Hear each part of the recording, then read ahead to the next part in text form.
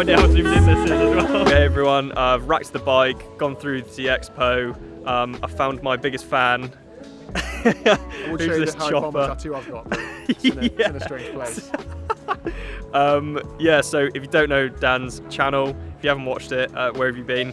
Link is in the comment, not the comment section, in the description below. So go and check it out. What are you looking for tomorrow, like race-wise? First, I'm going to check you put that link in there because you're notorious for not doing that. So thanks very much. So my channel is sort of like Harry's, but in every single way, nowhere near as good. So I'm very much an amateur triathlete. I've been nursing a few injuries. Is that enough excuses yet? No, keep going. I'm looking to have a damn good time. I'm going to get out there and swim as hard as I can. I'm going to lay it down on the bike because I'm also doing a bit of a giveaway at the minute. It will have closed by the time Harry's video goes out because his upload schedule is terrible.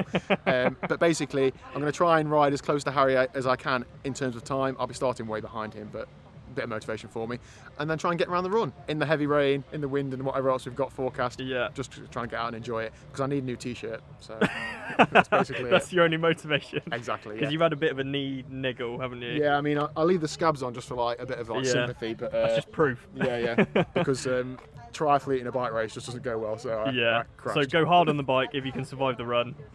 Exactly, yeah, but just enjoy it. Again, just try. Could have a blinder.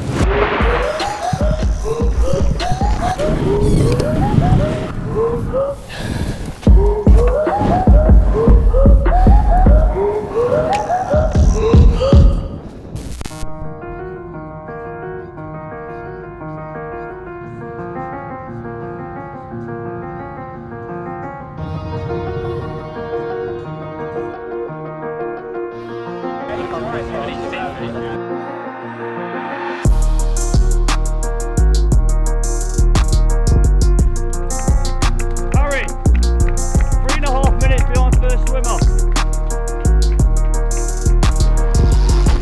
Hold on, Harry. Come on, Harry.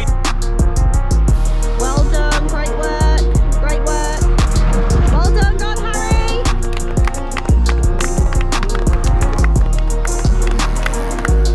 5.5 minutes, Harry.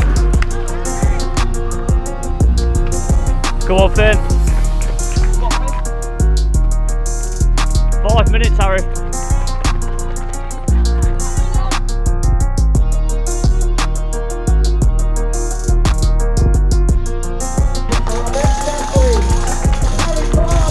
Yes, Harry.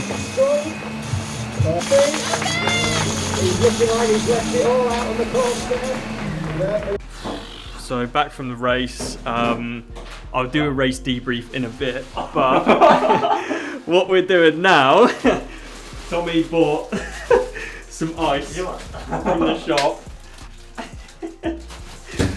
Because my legs are killing me, so I'm going to have an ice bath.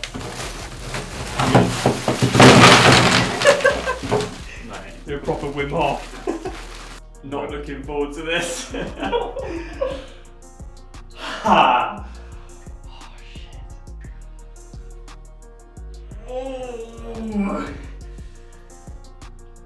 Oh my god.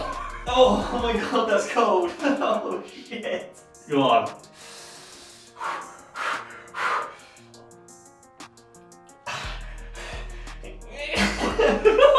You can't just hover. You can't just hover for 10 minutes. Go on. Look at that.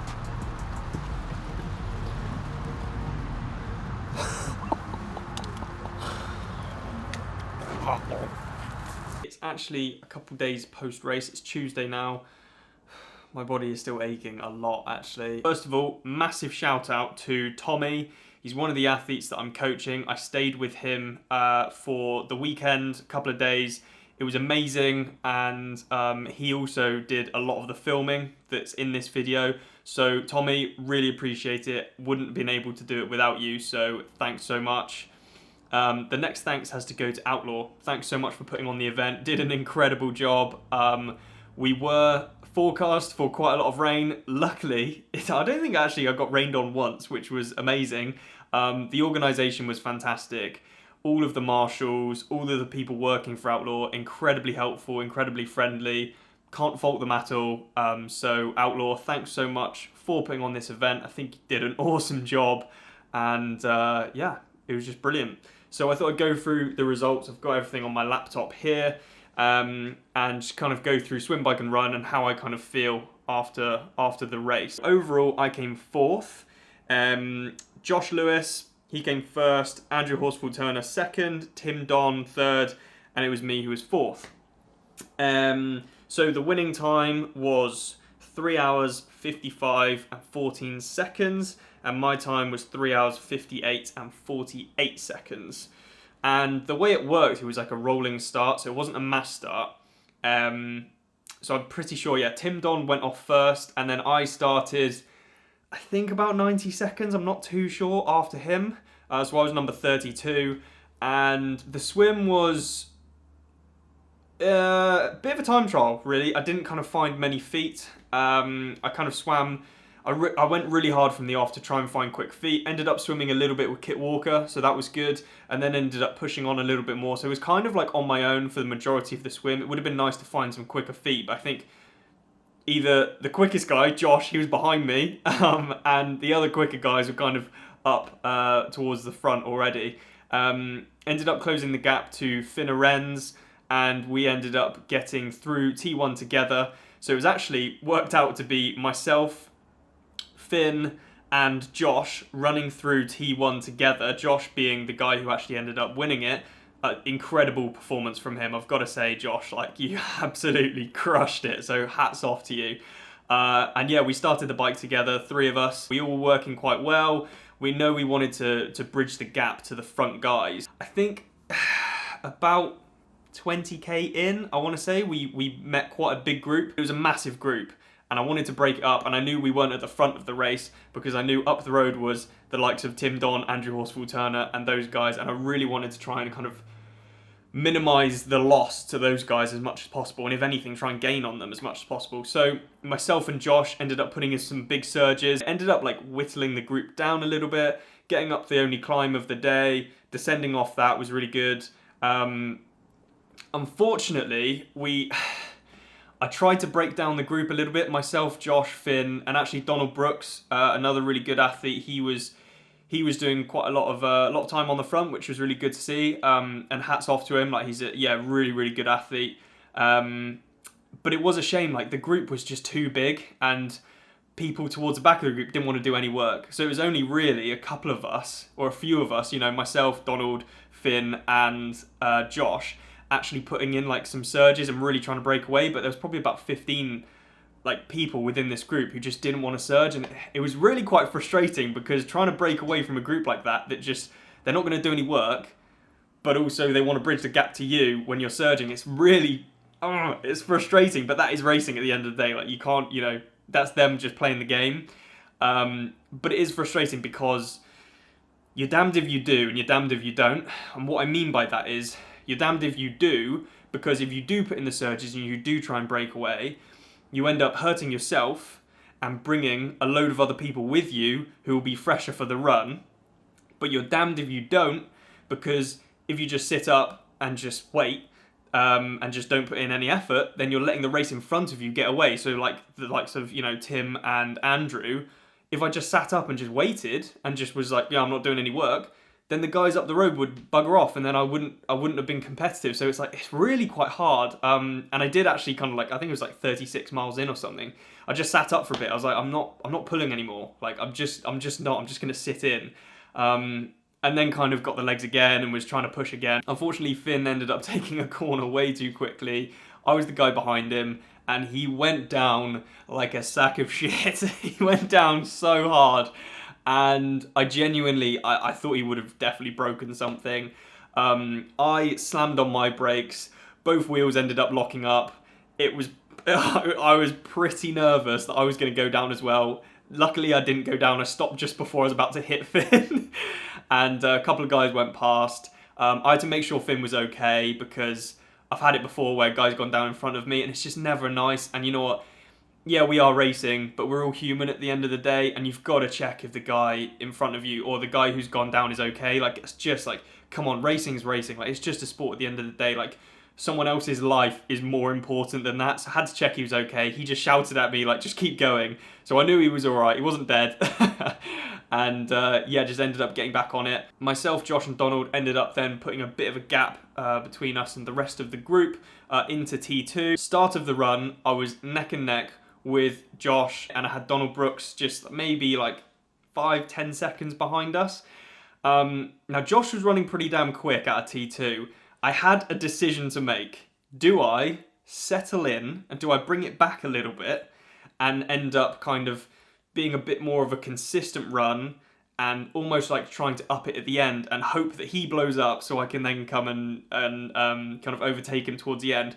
Or do I just stick with him and call his bluff a little bit and pretend like I'm doing okay and just try and make it at this pace?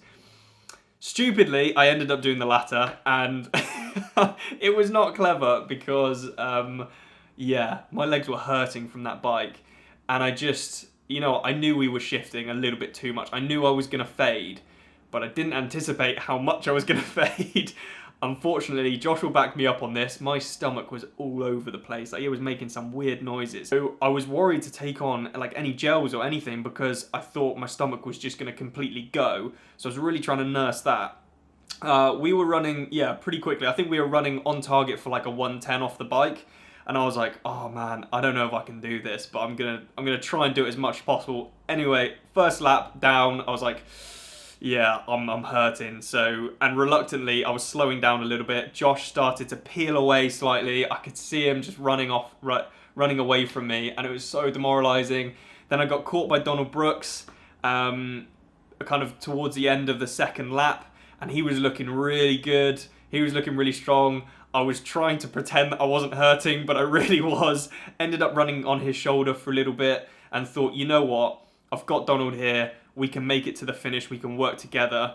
Unfortunately, the legs were saying no, so Donald ended up pushing away from me. Or actually, I don't think he pushed away from me. I just ended up fading quite badly.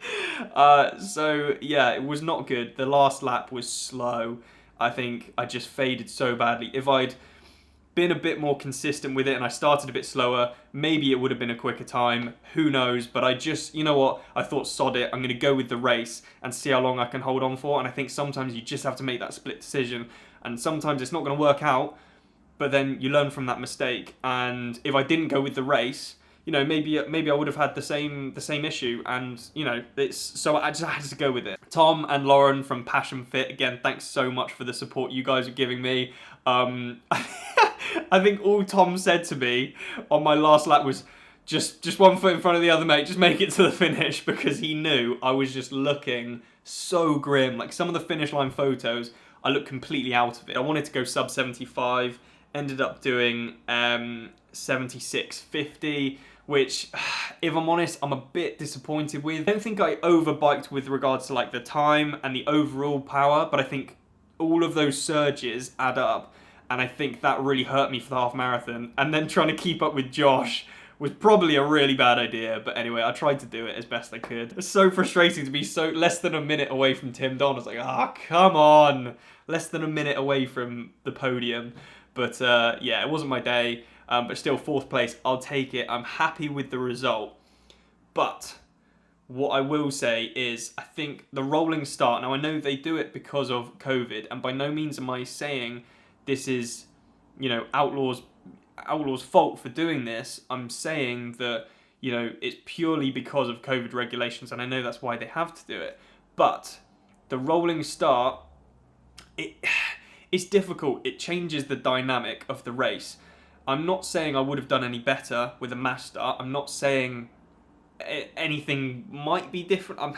I'm saying the result could be different. The result probably would be different. I'm not saying I would have got any better result. All I'm saying is a mass start would be more fair.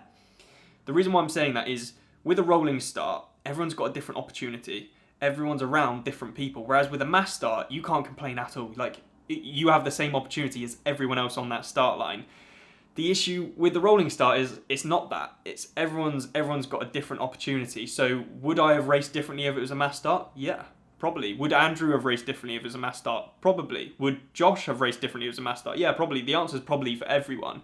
Now, it's kind of like, it's almost unfortunate as well, because Andrew crossed the line, being out in front all day, thought he'd won it, and then, but because Josh started 2 minutes behind him, he ended up crossing the line, you know, a minute and a half later, ended up taking the win, and he was like, oh man, like, you know, that must have been, like, obviously Andrew still, incredible performance, came second, like, you can't complain at all about that, but having thought he'd won, and then a couple minutes later ended up, you know, saying that he got second, it's like, oh god, like, it's frustrating. And I know as well, like, looking at my times, my swim would have been similar to Tim Don's. It's a little bit slower, but I know if I had Tim Don's feet to follow, I would have got Tim Don's feet, and then we could have worked together on the bike, bridged up to the front. Things could have been completely differently. But again, you can't dwell too much on that, because those are the rules, those are the regulations. It's just food for thought. I'm not saying I would have got a better result at all. I don't want people to think that, and I also don't want people to think I'm slagging off Outlaw at all for putting that in place. It's actually just, it's just rules and regulations they have to follow. And like I've said, Outlaw did an incredible job of organising the race. I think that everyone who's working for Outlaw, fantastic. And if anyone is working for Outlaw is watching this, thanks so much for putting on the event. I really don't want people to think like I was dissing Outlaw as well in one of my previous videos when I mentioned the road surface was bad. All I was trying to do is make people aware that there are quite a few potholes on course, but by no means was I slagging off Outlaw at all. I think some people maybe got the wrong end of the stick there. Outlaw, fantastic company, have the utmost respect for them. I think they put on some insane races, like some of the best races I've ever done. And they can't do anything about the roads. And they did a really good job of spray painting the worst affected areas so people could see it when they were coming up to the areas. So fair play to Outlaw. I think he did a really good job. I wanted to make that clear that I wasn't doing anything to slag off Outlaw at all. I think some people got the, yeah, like I said, the wrong end of the stick there. Thought I was having a go at them when I definitely was not. And with regards to the rolling start as well, like I said, it's just one of those things that you have to deal with because of the rules and regulations, and almost like have it in your favour as well. So Josh would have known that if he started right at the back, if he just bridged a gap, enough of a gap to the front guys, he would be like quids in. He'd have time to play with. And actually you can make that, you can kind of have that to your advantage, I guess. I tried to play it to my advantage a little bit. I tried to bridge a gap, but it wasn't strong enough. The stronger athletes definitely won on the day. And I just want to say a massive hats off to everyone who did the event. One last thing before I go. We are very close. And I say we because this is a, you know, this is a two-way thing. We are very close to 10,000 subscribers. So do us a favour. And if you're not subscribed, just click the subscribe button. Because yeah, would be mega to get 10k subs, and we are so close. So just do it, yeah?